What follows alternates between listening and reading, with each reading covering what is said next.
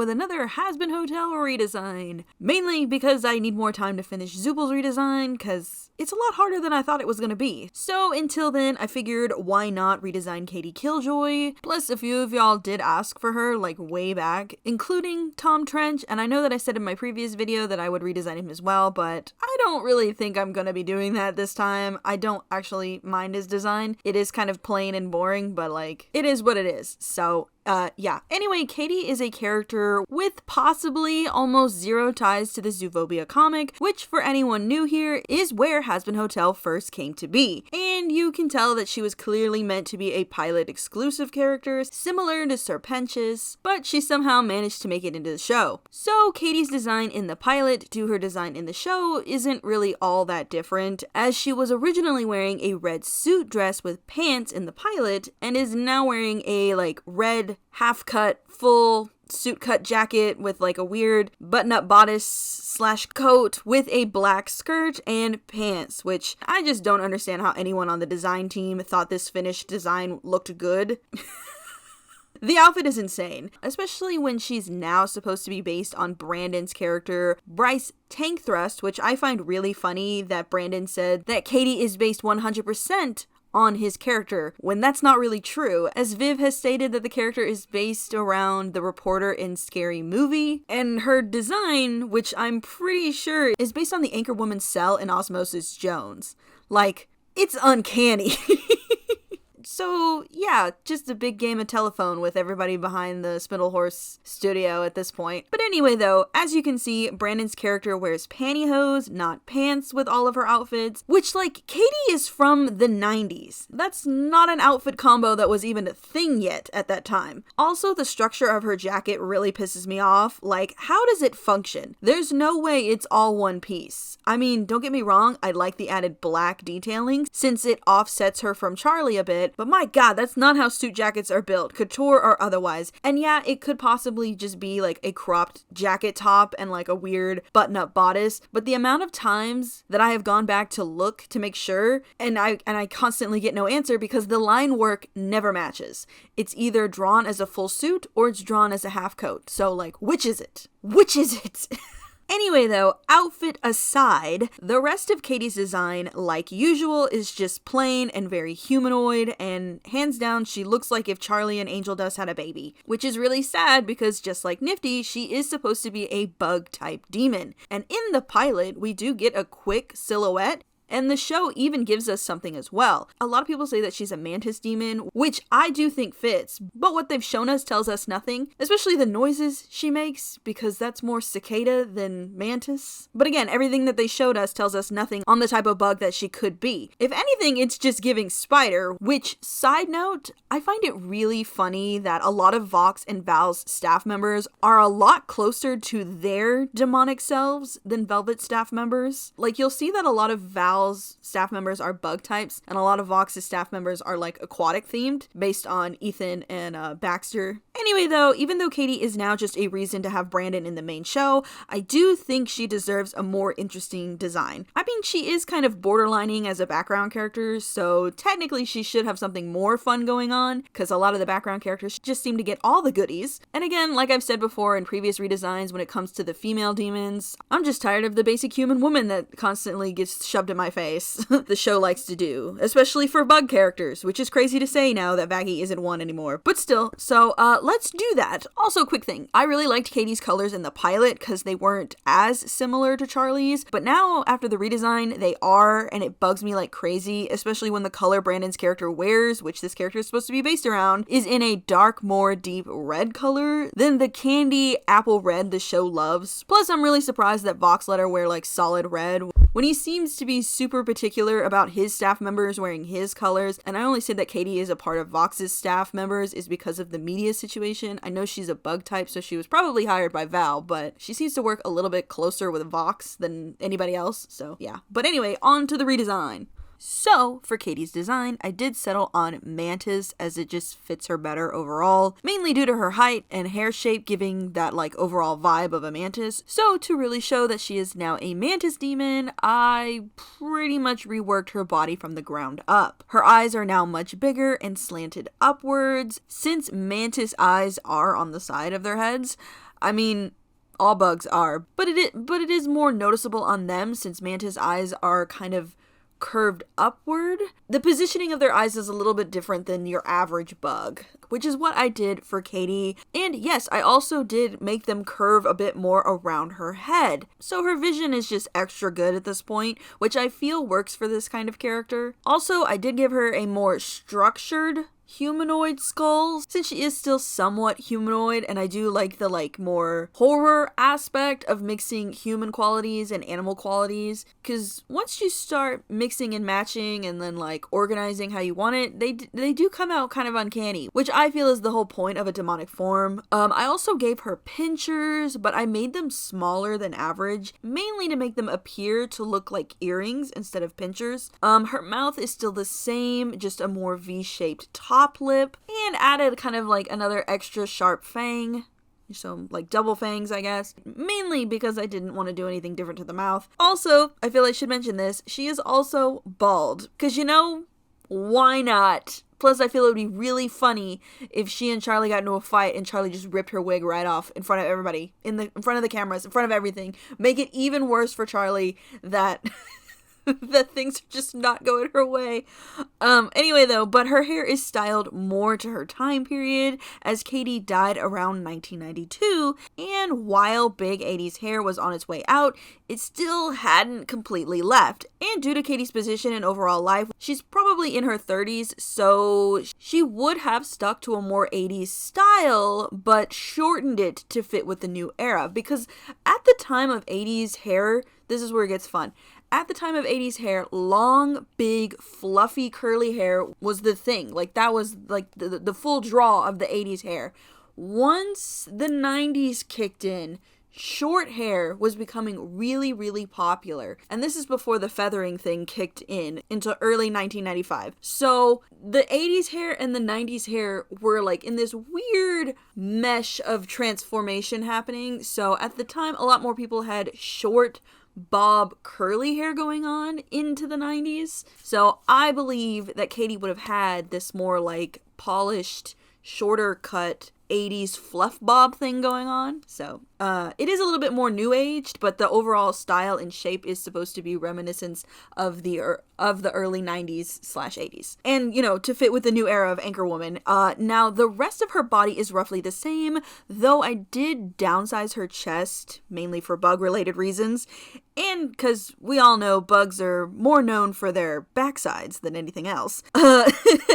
Anyway, though, she is now stuck in this low hunch pose that mantises are very well known for. However, though, she can still technically sit up, but not super straight. Plus, with all the cracking she does within the show, I feel this makes more sense on the reason for the noises, instead of them just being slightly random. I also made her arms longer, and I kept the original OG long fingers, as I feel they work really well for what they're trying to convey. I also added a long, sharp, mantis claw on her forearm, mainly, again, to replicate the arms of a mantis, and to make her feel a little bit more dangerous than she already is. The other mantis features that I added were giving her a long abdomen and more bug-like legs. Also, her neck and her lower belly is a soft shell kind of thing going on, and it's colored in a fun way to make it look like she's wearing a turtleneck, which leads me to her outfit. So, I do want to say that I did manage to find the outfit Katie is slightly based around wearing in the show, and technically I am still right, as it's built more like a dress than actual separate pieces, and the coat part is tucked underneath the bodice, but I personally do not think that it's giving Anchorwoman. So I kind of just separated the pieces by giving her a cropped, thick suit jacket with split sleeves, mainly so her mantis claws have some room. I did also keep the shoulder pads, as again, the middle ground from the 80s to the 90s fashion was a slow change, so shoulder pads still hadn't gone out of fashion just yet.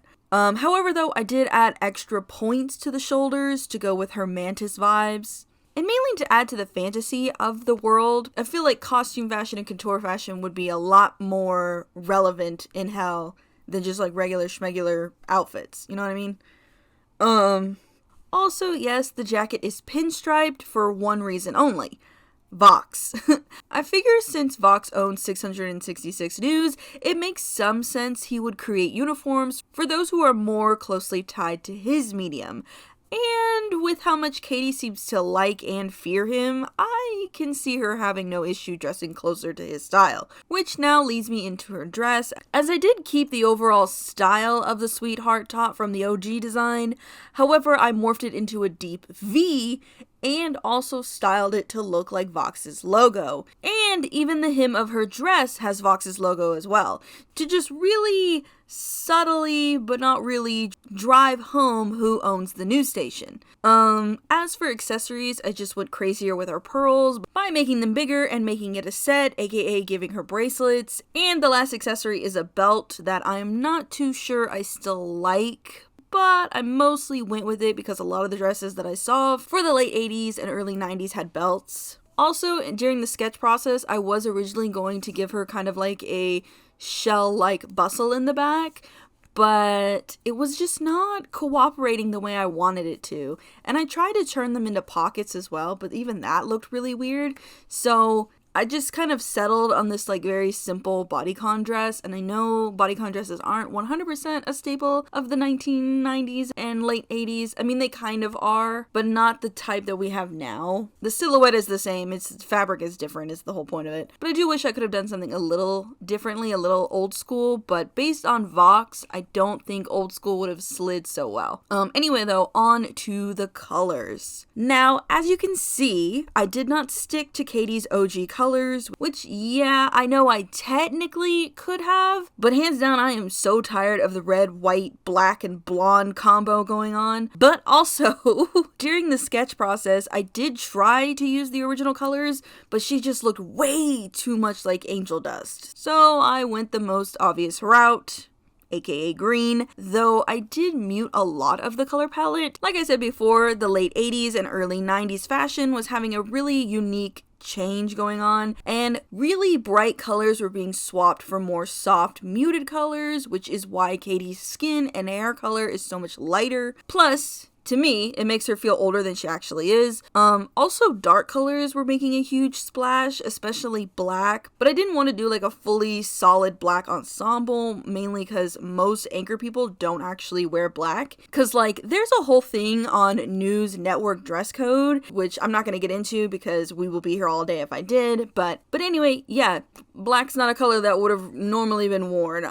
So I went with a dark green as my accent color, mainly for her eye markings and finger markings and lower legs along with their jacket. Also, if you've watched my Nifty and Husk Overlord videos, I have this theory, or well, AU theory, that sinners who sign their souls away have parts of their overlords shown in their designs. And I thought it would be fun to keep up with that idea by using the blue from Vox to showcase that Katie sold her soul to him. Hence why her eyes and abdomen are blue. Plus, weirdly enough, the color is a nice offset to the bright yellow that I used, as it still kind of causes you to look at her eyes first before you look at the yellow. And the yellow in general was just a fun accident, as originally I was still going to try to use a more pink tone since some mantises do have that color on them, but the yellow worked so well with the blue that I figured why not keep it. But that is pretty much it on the design. However, though, during my sketch process, I kind of had this fun idea that I really couldn't stop thinking about. And it was basically the idea that I would have had it to where Katie does the interview on the hotel instead of Vox. And we would even have Charlie mention she was expecting Vox, and Katie just stating why he's got millions of studios to keep running. He doesn't have time for a simple puff piece. Plus, if it was just Katie and Tom coming to the hotel, then Alistair could have stuck around during the episode, and it would be less cruel to Angel Dust to have the people who are extra close to Val running around the hotel. And you know, it would also make Charlie look like less of an asshole for just being okay with that. Plus, if he really needed Vox, then we could have had him talking to Katie through her headset. That way he can still be involved when it's time to ask Charlie if she thinks anyone can be redeemed. I mean, so many sinners are here for murdering someone or multiple someones, so how can anyone be redeemed for that specifically? And how could heaven be okay with letting people like that in? Plus, I would have it to where Katie would actually ask Charlie really hard questions on the long term of how this is all going to work, and how will the people already in heaven feel about it? And then I would have it to where Katie would call out all of the staff members at the hotel for their simple sins, but also things that they've done in hell, cause let's not forget how Husk was an overlord for however many years. Vaggie is an exorcist. Sure, she's an ex-exorcist, but like, still, Alistair is a current overlord who has souls contracted to him currently and eats people. And then there's Angel Dust, okay? Like, obviously right now, things aren't great, but Angel probably did a bunch of stuff before his contract with Val, so who knows what all he did. Plus, when he was alive, he was part of a mob family, so his crimes alive pretty much equal out to his time in hell. Like, Angel's got like double the sins on top of him. His stuff in life and his stuff in hell. But anyway, yeah, that's my idea. That's how I would have done it, but yeah, this was fun. Sorry I didn't include Tom. I just didn't really see anything that I could do with him. I know there's a couple ideas that I could have worked with and just gone off of that, but at the end of it, I feel like he would have been really, really boring. Whereas Katie seemed like a lot more fun. And hands down, I love the design. The color palette though, I'm 50-50. Like, I love the hair and the skin color, but the yellow and blue, I'm still iffy with. Like, yeah, it works due to the whole Vox thing, but if she wasn't under Vox, then what would her colors really be, you know? But anyway though, next video will be about Vaggie and Lucifer, since they're the only two angels in hell, and a lot of their background and how they've been living their lives in hell doesn't really seem to add up. So yeah, look forward to that. Also, it looks like we have a few new members to scream at today. Chaos Kid Do, and Funtime Foxy Ludwig G7P. Welcome to the madness. And special thanks to 4foot10, Roselle5062, and Forest Lemon B for the super thanks on my Glitz and Glam redesign video and the Helluva update video. Y'all should go check those out, by the way. I hear they're really good. Onto the wall of teeth you go.